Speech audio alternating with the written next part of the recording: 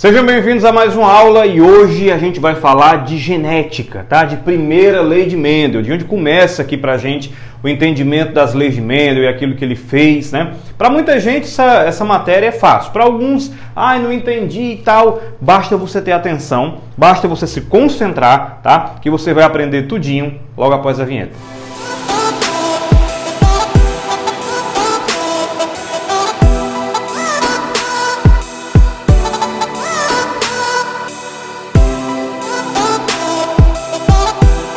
Então, voltando aqui, gente, o Mendel, Gregor Mendel, né, um monge gregoriano e tal, né? Não sei se ele foi gregoriano, não. Foi? Será? Gregoriano?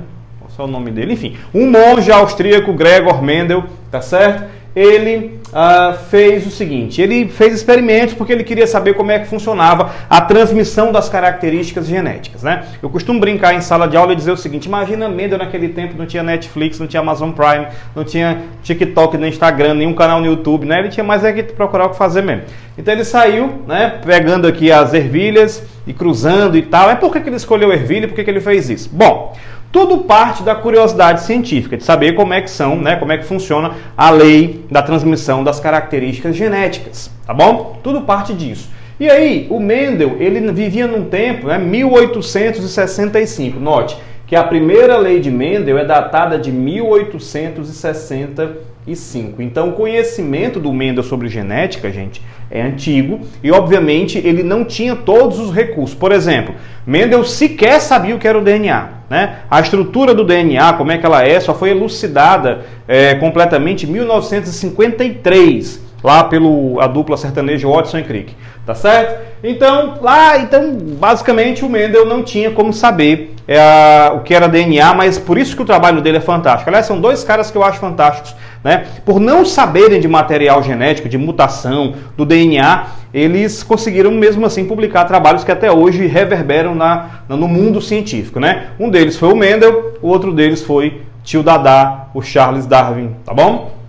Então, veja bem. Então, ele falava sobre uma coisa interessante, ao estudar, ele viu que as características das ervilhas, no caso que ele estudou, vou já falar disso também, ele supôs que elas eram formadas por fatores, que haviam fatores, né, dentro das células que faziam com que as características genéticas fossem transmitidas. E esses fatores, se a gente for analisar nos dias de hoje, ele estava falando dos genes, só que o Mendel não sabia o que era um gene. Tampouco, né? Você não sabia nem o que era o DNA, tampouco o gene. E ele consegue deduzir também, nesses cruzamentos das ervilhas aqui, Mendel ainda consegue deduzir que esses fatores estão aos pares.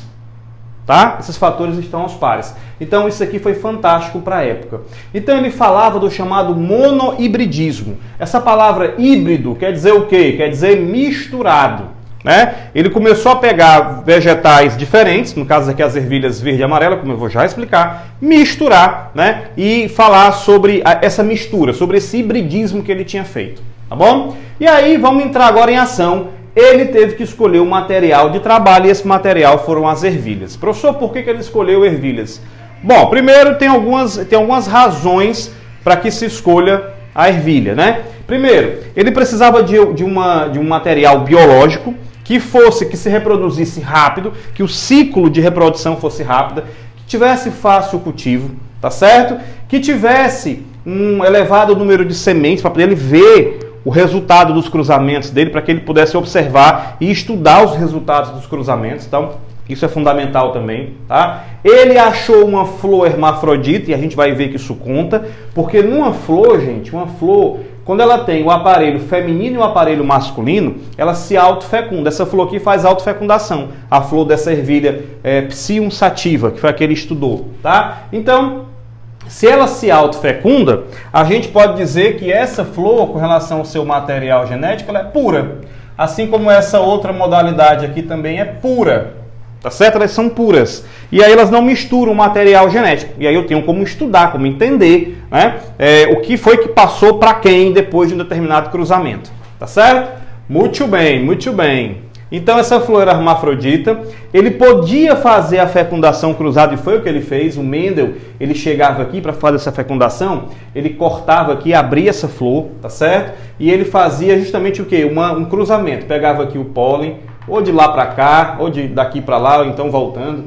ele fazia essa polinização aqui artificial. Passava o dia fazendo, né? Não tinha internet, né? O Mendel, coitado, não tinha lá Netflix. Aí ele colocava aqui esses pólens, né? Pólenzinho, colocava aqui na outra flor, trocava. Então ele fazia esse processo de fecundação cruzada. Esse processo de fecundação cruzada, tá certo? Para observar o que é que iria acontecer aqui. Então ele tinha a flor hermafrodita, ele abria, e assim ele tinha a certeza de que se aquele resultado estava se misturando, era ele quem estava misturando e não o meio, tá bom? E elas têm fenótipos bem diferentes, tá? Enquanto que uma é a lisa, amarela, a planta é grande, tá certo? A outra é baixinha, a semente é verde, é rugosa. Então, quando você cruza, você pode observar quem foi que predominou. Então, essas características fenotípicas diferenciais também foram importantes pra caramba pro tio Mendel, né, realizar aí os experimentos dele. Então, vamos falar sobre isso daqui agora. Então, como eu acabei de falar, ele abria a flor,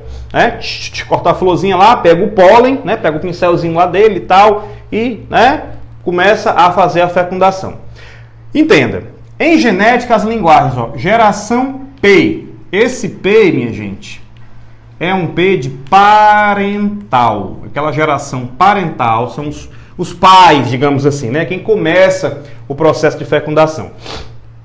Então ele pegou aqui, né, a semente amarela, cruzou aqui com a semente verde, cruzou aqui, né? Pegou aquela planta de semente amarela e cruzou com a planta de semente verde. Note também que quando a gente fala de monohibridismo, a primeira lei de Mendel, ó, aqui, hibridismo você já entendeu que é mistura, e mono quer dizer um. Então, na primeira lei de Mendel, a gente estuda uma só característica por vez, tá? A gente entendeu que na espécie humana várias coisas correspondem à primeira lei de Mendel, né? O gene dominante, gene recessivo e tal, mas no monohibridismo eu estudo uma característica por vez. Lá na segunda lei de Mendel é que a gente vai estudar duas ou mais características. Show? Então, parental, ele pegou a sementinha amarelinha, cruzou com a sementinha verdinha, tá certo? E aí ele obteve uma semente amarela.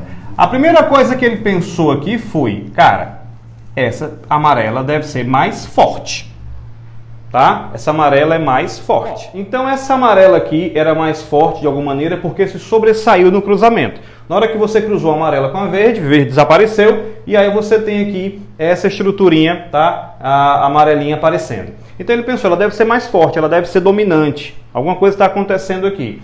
E aí o que ele fez? Depois ele pegou essa geração F1, que F1 aqui é o filho, né? Os primeiros descendentes da geração parental, e cruzou entre si. Olha que interessante. Cruzou esse F1 com F1, pegou exemplares desse resultado aqui e cruzou entre si. E ele obteve esse resultado aqui embaixo, ó. Sempre numa proporção interessante, sempre aqui numa proporção de 3 para 1. Ou seja, sempre ele tinha 3 sementes aqui amarelas para uma verde. E aí ele ficou encucadão. E agora o que será que está acontecendo? E aí Mendel, ele era muito bom, né? Também não só de ciências naturais, mas também de matemática. Era típico dos cientistas daquela época, 1865, né? Ele pensar assim, matematicamente falando, ele pensar de maneira matemática. E foi o que ajudou ele. Ele pensou assim, bom, isso aqui só é possível se cada característica, tá? No caso aqui a cor da semente, for dada por um par de fatores. Por isso que lá no começo da aula eu falei fatores barra pares. Ou seja, cada característica, a gente sabe hoje, né, que tem a ação de um par de genes. Mas ele naquela época estava deduzindo. Esse é o brilhantismo do Mendel, né? Deduzir as coisas. E aí ele pensou assim, não, então cada característica ela é formada por um par de fatores. Tá? E esses fatores se separam na formação dos gametas. Note bem, eu e você temos gametas, tá? Mas a gente veio do gameta dos nossos pais, o gameta do seu pai com a sua mãe, cada qual tinha metade do número de cromossomos. O pai no espermatozoide dá a metade, a mãe no óvulo a metade e forma a gente. Então o nosso gameta vai ter a metade também. E aí a gente vai recombinando, né, o nosso material genético. Então veja bem, essa planta aqui, ela vai formar um gameta que vai ser N, que vai ter a metade do número de cromossomos. Essa daqui também. Então, só que essa daqui, lembra que essa aqui era pura. Essa é pura e essa aqui é a híbrida. Aí o que ele pensou? Bom, então vamos dizer o seguinte, eu vou chamar essa aqui de Vzão.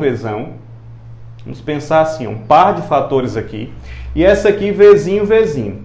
E por que um é Vzão e outra é Vzinho? É para representar que essa característica aqui, ela aparece mais, ou seja, ela é a dominante, ela que vai aparecer mais, entende? Então, se esse camarada aqui vai formar gametas, esse verdinho, os gametas dele são assim, ó, Vzinho. Dá para enxergar aí? Dá para ver, né? Vzinho. E aqui nós temos que esse cara vai formar um tipo de gameta, que é o Vzão. E vai acontecer uma fecundação. Então, quando esse Vzão encontrar com esse Vzinho, vai formar essa daqui, ó, que é o Vzão, Vzinho. Entende? Por isso que o Mendel dizia o seguinte, tem alguma coisa errada, essa estrutura aqui, essa semente, apesar dela ser amarela, tem alguma coisa diferente? E tem. Ela é o que a gente chama de híbrida. É por isso que a gente está estudando aqui o monohibridismo, mais uma vez falando sobre isso. Ela é híbrida, é uma semente híbrida, é uma planta híbrida, que vem da junção de genes de plantas diferentes. Lembre que Mendel não sabia o que era gene, eram fatores para ele, tá certo? Mas eu estou estudando apenas uma característica por vez, então isso aqui é o chamado monohibridismo. Bom, e na hora que você faz esse cruzamento, veja bem, ó, eu vou ter essa daqui que é Vzão, Vzinho, com essa daqui que é Vzão, Vzinho. Agora eu posso chegar a esse resultado aqui.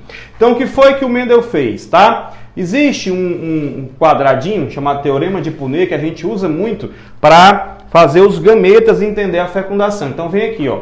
Presta atenção. O que foi que o Mendel fez aqui? Ele pegou, ó, essa planta aqui. Ela forma quais gametas?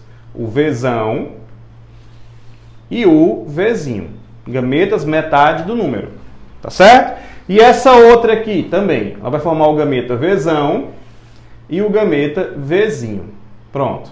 Então aí nós temos esse quadradinho de Punnett aqui para a gente entender. Essa aqui, ó, primeiro grupo, primeiro tipo, vai ser Vzão, Vzão. Tá certo? O segundo tipo vai ser Vzão, Vzinho. Ó, Vzão, Vzinho. Estou só juntando. Aqui eu estou fazendo como se fosse a fecundação. Esse gameta com esse, Vzão, Vzão. Esse gameta com esse, Vzão, Vzinho. Eu coloco o dominante na frente. Aqui também, ó, Vzão, Vzinho. Vzão, Vzinho. E por último, esse daqui, ó, Vzinho, Vzinho. Então, o que é que a gente tem? Deixa eu pegar aqui cores diferentes também.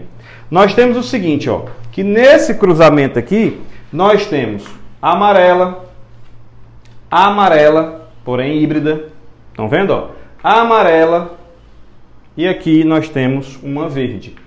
Então, dessa forma dá certo. Ou seja, se cada característica for dada por um par de fatores, que é um par de genes aqui, eles se separam na formação dos gametas. Aí eu consigo chegar nessa proporção aqui, ó, respeitar a proporção daquilo que ele já encontrava, que era de 3 para 1. E essa é a proporção e o próprio enunciado da primeira lei de Mendel, né? Cada característica é dada por um par de fatores que se segrega na formação dos gametas. Então, isso aqui, então, é a primeira lei de Mendel. Facinho, facinho, para a gente entender como foi que ele chegou nesses resultados aqui. Agora, uma coisa muito importante é a gente fazer aqui um exercício para fixar melhor, fazer uma questãozinha para fixar melhor esse assunto, tá bom? Então, vamos fazer uma questãozinha agora comigo? Bom, pessoal, então para a gente fixar o assunto, eu vou colocar aqui apenas duas questões simples para que a gente resolva e ao mesmo tempo entenda e fixe bem esse assunto aí na nossa cabeça, ok? Então, eu vou colocar para você ler aqui a questão, enquanto eu leio para você, você também tem a oportunidade de ler aqui na tela.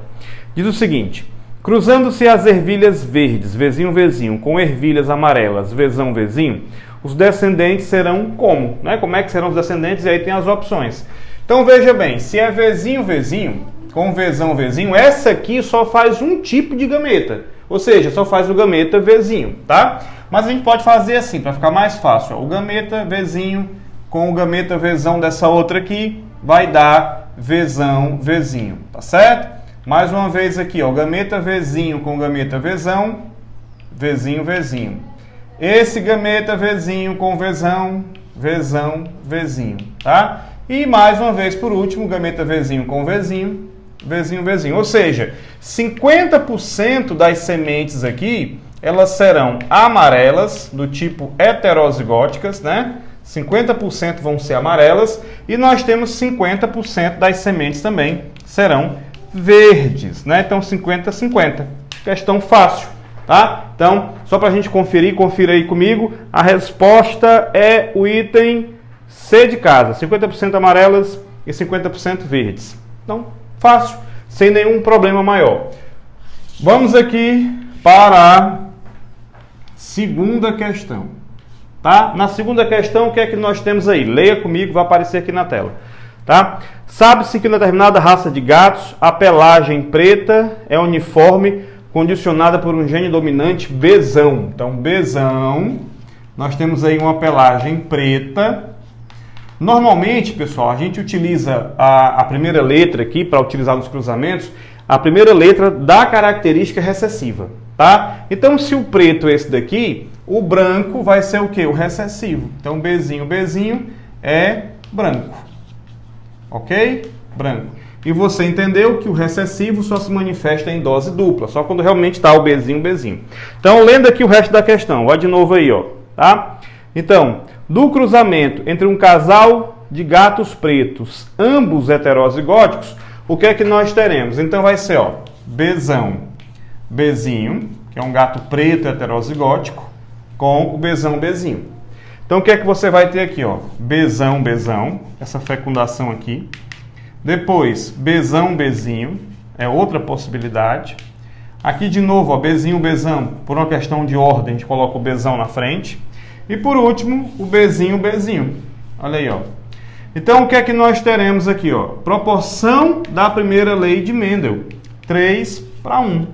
Apenas um gato vai ser branco recessivo, tá? Então, questão simples também, nós temos aqui, ó, nós teremos 75% de gatos pretos e 25% de gatinhos brancos, ok? Resolvido? Entendida a primeira lei de Mendel. Então, se você gostou desse vídeo, se inscreve se já não é inscrito, ativa o sininho para receber as notificações, para todas as vezes em que você tiver, que nós postarmos aqui uma nova aula, você também poder receber, e divulga essa ideia. Eu quero que a biologia chegue a mais pessoas possíveis aqui dentro do nosso país, ou quem sabe até fora também, tá bom? Então, beijo no coração, vejo vocês na próxima aula.